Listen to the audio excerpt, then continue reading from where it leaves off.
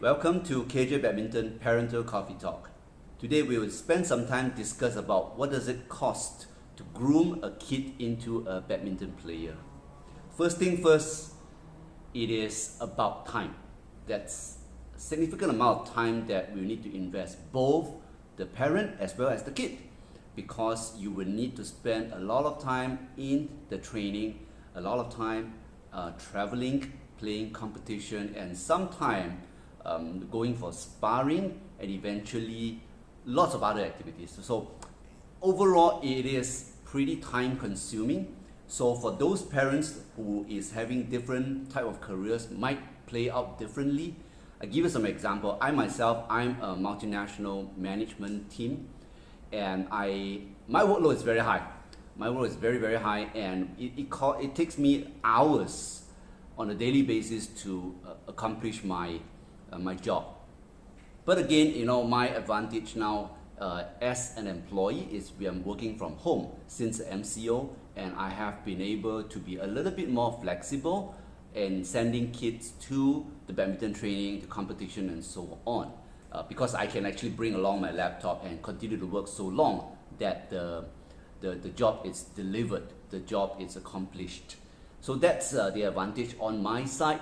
And of course, very differently playing out to people. Let's say, for example, if you are a business owner, that's even better, because you would have the rights to organize your own time. You would have employees to help you to take care of issues, and you would be able to send kids to training, to spend time there in the court, watching the kid going through training and understand how does he or she progress. It is very, very important for us to do that. I made some early mistake in my earlier days with him, which is I dropped him there, and eventually we would just go do my things. My wife and I would happily go to pasar, to banks, to anywhere else that we need to go. Eventually, once those are done, we come back, we make sure we pick up the kids and we go home. Hey, job accomplished, very good, everybody's happy. It's not the case. It doesn't work that way. You can't do that still, on and off. Once you know what's going on in the training, and once you know and you observed the kids' traction in progressed, and then you can actually go off and do a few things here and there. But especially the earlier stage, it is strongly encouraged that you will be there and understand in detail on what's going on, so that you would be able to monitor and eventually give guidance to the kids that's going through the training. So that also translates to opportunity cost. So it actually takes you away from other things that you can do. I would want to be very upfront. Once the training is, earlier days is no problem. So you would want to go into like three rounds a week of training. That is not an issue. But when the age is growing into 13, 14, and eventually you need to do it daily. You probably have one day off, and that day off is for resting, for recovery. We talk about recovery in other videos, but the idea really is, it is a continuous process. And that itself, it's going to take you away from your weekend, from a public holiday. So be prepared for that when the kid is aging towards that level. But again, yes, the sacrifice is big, because there will be no weekend. In my case, I myself, my wife, I have a boy and a girl, and the girl doesn't train in badminton. The boy does, so Tim does, and Leaf does not. So the wife stays at home with the girl, and obviously I would bring the boy around for training and competition, travel outstation, and so on. But what's in return? That's a good question. I would give 2 thumbs up. From the parent perspective, it is a father and son or father and daughter engagement significantly, and you would realize that a lot of fathers did not spend enough time with the kid, simply because there's no common topic. In this case, you already have a very, very good topic to start with. But of course, over time, there are too much engagement, and you would need to back off. And we talk about that later on in other videos. But the really, really good about it is you engage and you start communicate, you start demonstrating yourself as a guidance, as a side coach, or as a mentor in terms of facing difficulty, facing challenges that we need to overcome, be that part of it. So let's talk about, so that's time, okay? So time, no question asked, it's gonna take up some, or I would say a lot of the spare time, and you probably do not have much of a spare time for any other things. So that's how I look at it, that's what I've been through, but you will love it. The return, it's more than what money can buy, and I would say it's, hey, win, but nothing else. It's a win-win.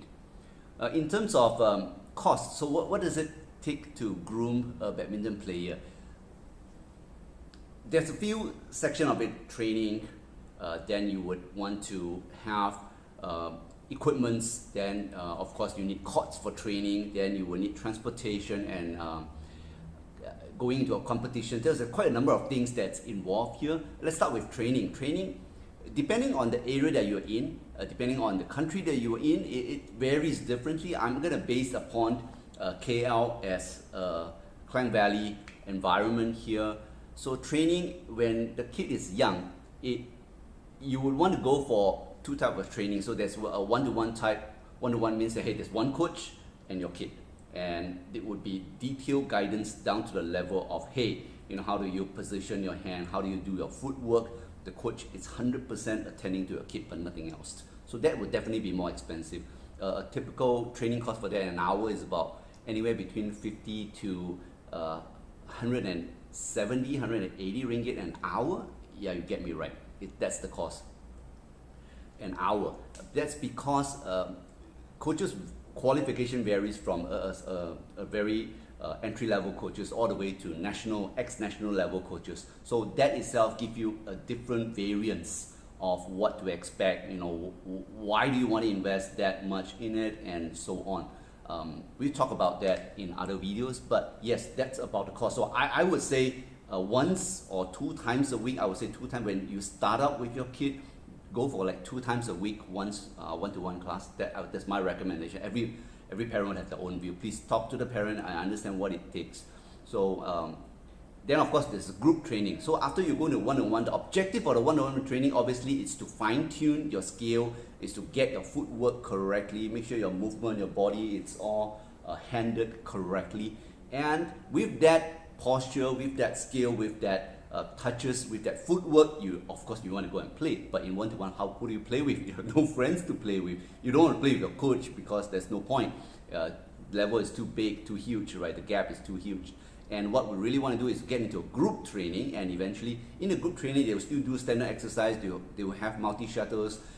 They would actually also do some light skill training. Eventually, normally towards the last part of the group training is actually sparring, and your kid would be able to play with other friends on the court itself. So good stuff. You need both of them, and it cannot be one or another, right? So you just do group training.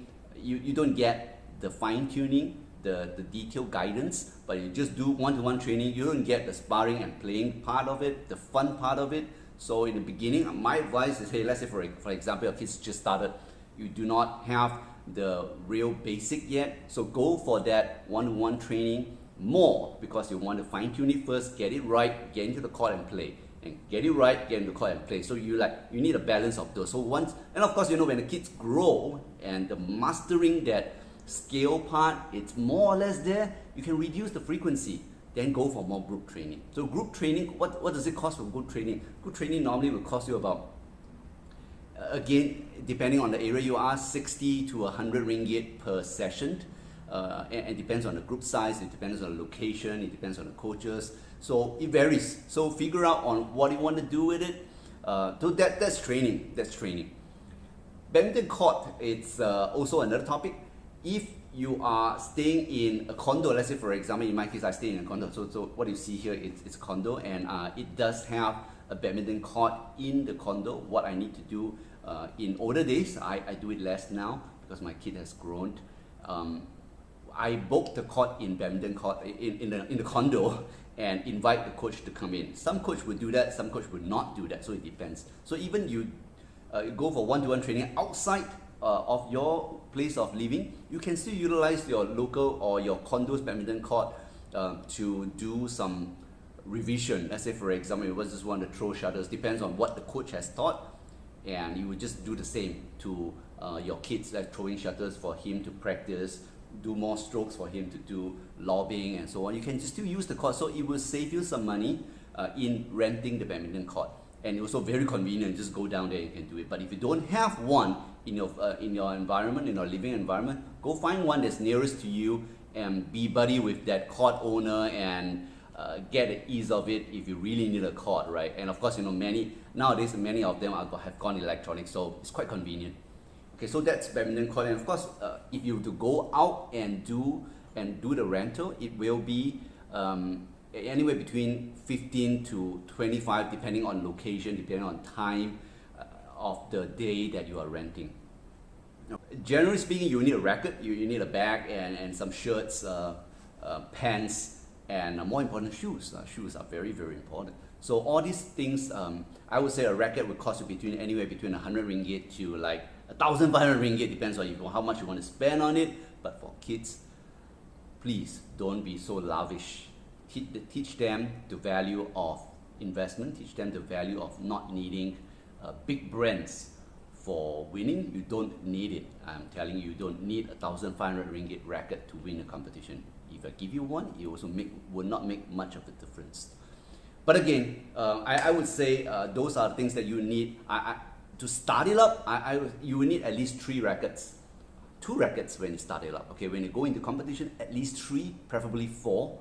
Same racket, same stringing tension, exactly the same to go into a competition, because you just do not want to run out of racket when you are in competition.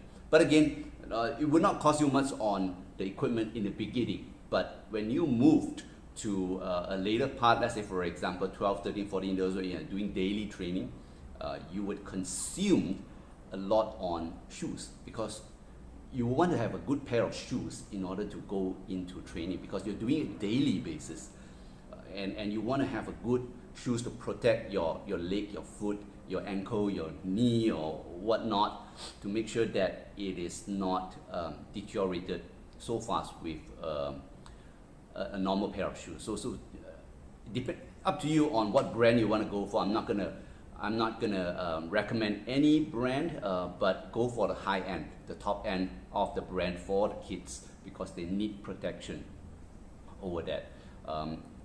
I'll tell you straight, my boy is on Yonex shoes, and it cost him around about 400-500 ringgit per pair, and it is about 3 to 4 months lifespan.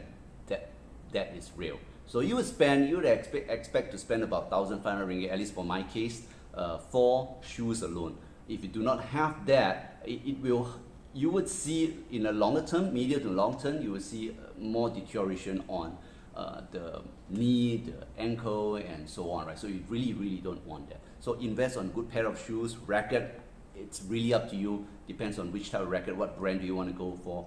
But I would say, generally speaking, on a yearly basis, you probably will be spending in the beginning maybe about 2,000 ringgit, 2,000, 3,000 ringgit a year, to about maybe 4,000, 5,000 ringgit a year when they grow older into the teenager aged. So those are equipments. I would say the transportation wise is also a key topic, because you would need to have a car to transport the boy or the girl to the badminton court. On that part of it, a lot of parents will think that, hey, nearer to the home is better. Of course it's better, it's convenient, but not necessarily the best for the kid to learn and to be trained there. So it really depends on where the right coaches are. So for that itself, also trying to develop an ecosystem with the parents around. You will not be surprised that, hey, you know what, this player is actually living nearby you and they are training at the same place. Why don't you just arrange, after knowing the parents and the kid, arrange in a way where I will fetch the kid one time and you would fetch the kid one time, so that itself can save some time as well as some transportation costs. So which I myself is doing this right now, working very well with one of the parents to transport my boy and his boy together to the training center. So that works, and it really depends on if you want to do it or not.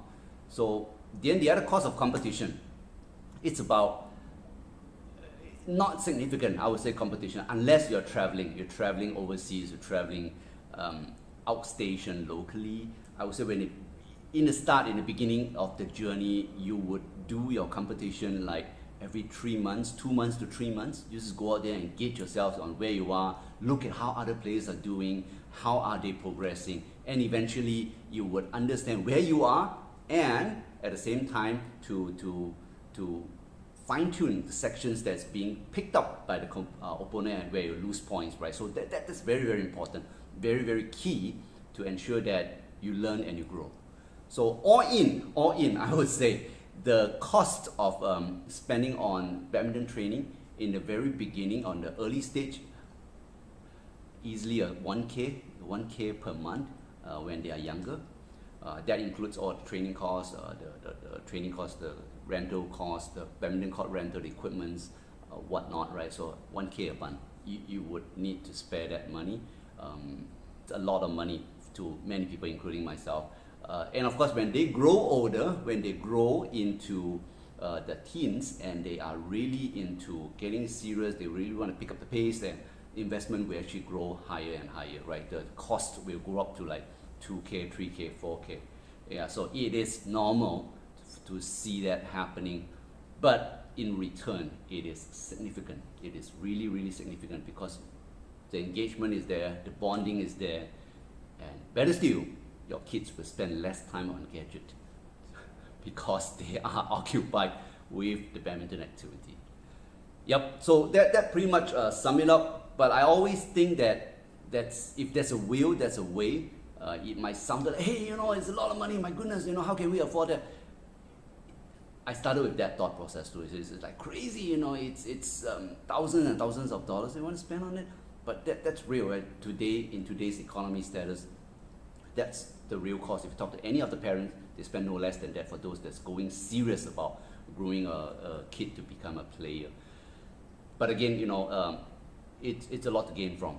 And the kid itself will also go through a lot on the positive side to gain from. You would realize that the kid will think very differently.